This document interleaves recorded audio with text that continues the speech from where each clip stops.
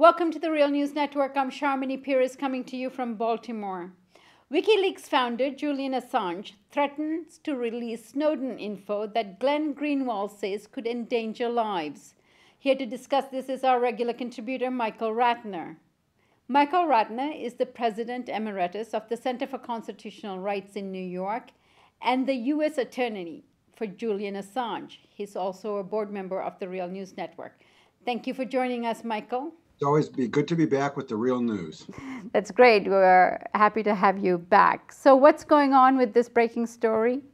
Well, a few days ago, The Intercept, which is the online magazine, Glenn Greenwald, Laura Poitras, and others, let out some information about the latest revelations in NSA spying and the Snowden stories.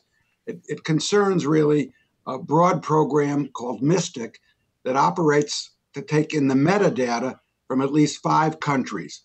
And they named 4 of those countries. They named the Bahamas, Mexico, the Philippines, Kenya, and they didn't name a 5th country.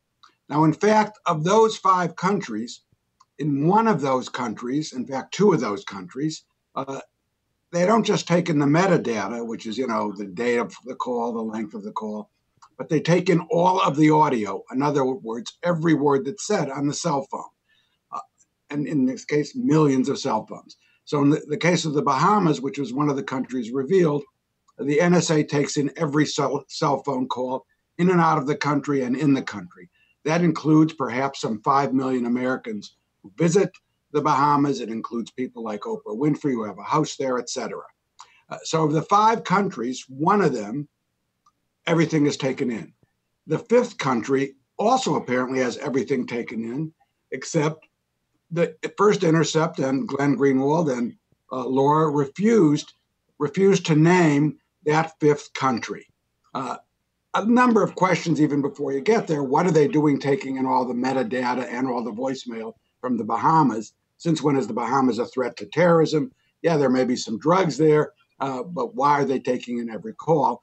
In fact, of course, the way they got into the Bahamas, they being the NSA, was by going to by using the DEA, the Drug Enforcement Administration, and claiming to be doing drug information, but using a backdoor to then take in every call. So the NSA is illegally getting into these countries, taking in all of the audio or all the metadata. But the controversy came, and I was away when it began. The aspect that caused controversy is that 4 of the 5 countries were named, but the 5th country was not named. And what the Intercept said, it is not naming that country in response to specific, credible concerns that doing so could lead to increased violence. So that's the reason given to the Intercept, and they apparently went with that reason. Now look, at the people running the Intercept are people I know. They're good people. They're trustworthy people. At the same time, the government often gives reasons that it doesn't want material out. And in fact, if it was up to the government, nothing would come out. In fact, in this case, the Washington Post published a similar story to the Intercept and published none of the countries. So you can't necessarily accept what the government is saying. On the other hand, I haven't seen what they said.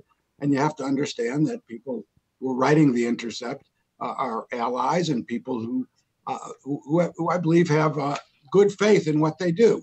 But at the same time, here you have an entire country, apparently with all of its audio being surveilled, and that people in that country don't know that is occurring. Yeah, they may suspect it, like I suspect my phone calls, but they don't know it's occurring.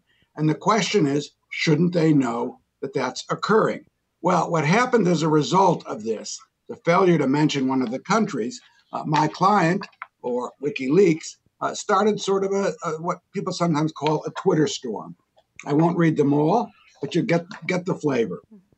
One of them says, "It is not the place of first look," that's the company that owns the Intercept, "to decide how a people will choose to act against mass breaches by the United States." So WikiLeaks objecting to the withholding of the name. WikiLeaks goes on, "If a nation wants to engage in a revolt on the basis of the U.S. government recording all their phones, is not that their right?" In other words, shouldn't they get the information where they can make decisions about their lives? Greenwald comes back. No, I think WikiLeaks still continuing. When has true published information harmed innocents? You were painting future publications into a corner with this Pentagon line. In other words, WikiLeaks saying, we think the information ought to be out there. That's not to say that WikiLeaks didn't, when necessary, redact the names of people who it thought would be harmed. They did, in fact, do redactions. But in this case, they're talking about a program of surveillance that WikiLeaks is saying ought to be out there. What Greenwald comes back saying, quote, but there was a very convincing probability in the fifth country for how innocent people would die, which we all accepted. Then, what type of danger might there be to the citizens of the fifth country? Well, this is a good question. We don't know because apparently it was a small company in that fifth country that was going to be in danger. Now, it seems to me from a distance, first of all, Snowden stuff has been out there for a year. The surveillance stuff has been out there for a year. If there's companies out there surveilling people in these small countries, they ought to have taken precautions already or shut down. And the reason I can say something about it being a small country, what WikiLeaks comes back and says, an entire people are being victimized. Small abusive company does not eclipse a nation. At most, people or the company can be warned pre-publication.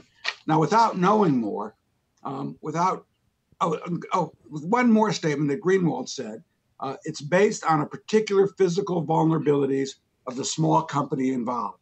So it does seem to me, sitting here at some distance, and while I believe in the good faith of both sides in this debate, that if there's a small company engaged in massive surveillance that's warned, and even WikiLeaks said that you can warn them, they ought to be warned, they can shut down, they can leave the country, and then it ought to get out the fifth country that is being massively surveilled.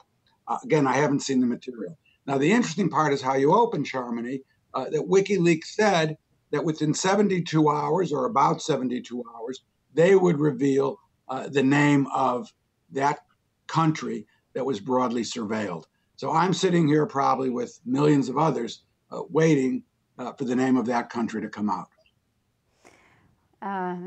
Michael, it appears you're really in the middle of all of this, and this is the crux of the debate that's being aired here. And we look forward to hearing from you again and keeping us abreast of what's going on. Important debate. Thank you for having me on The Real News. Thank you. Thank you for joining us on The Real News Network.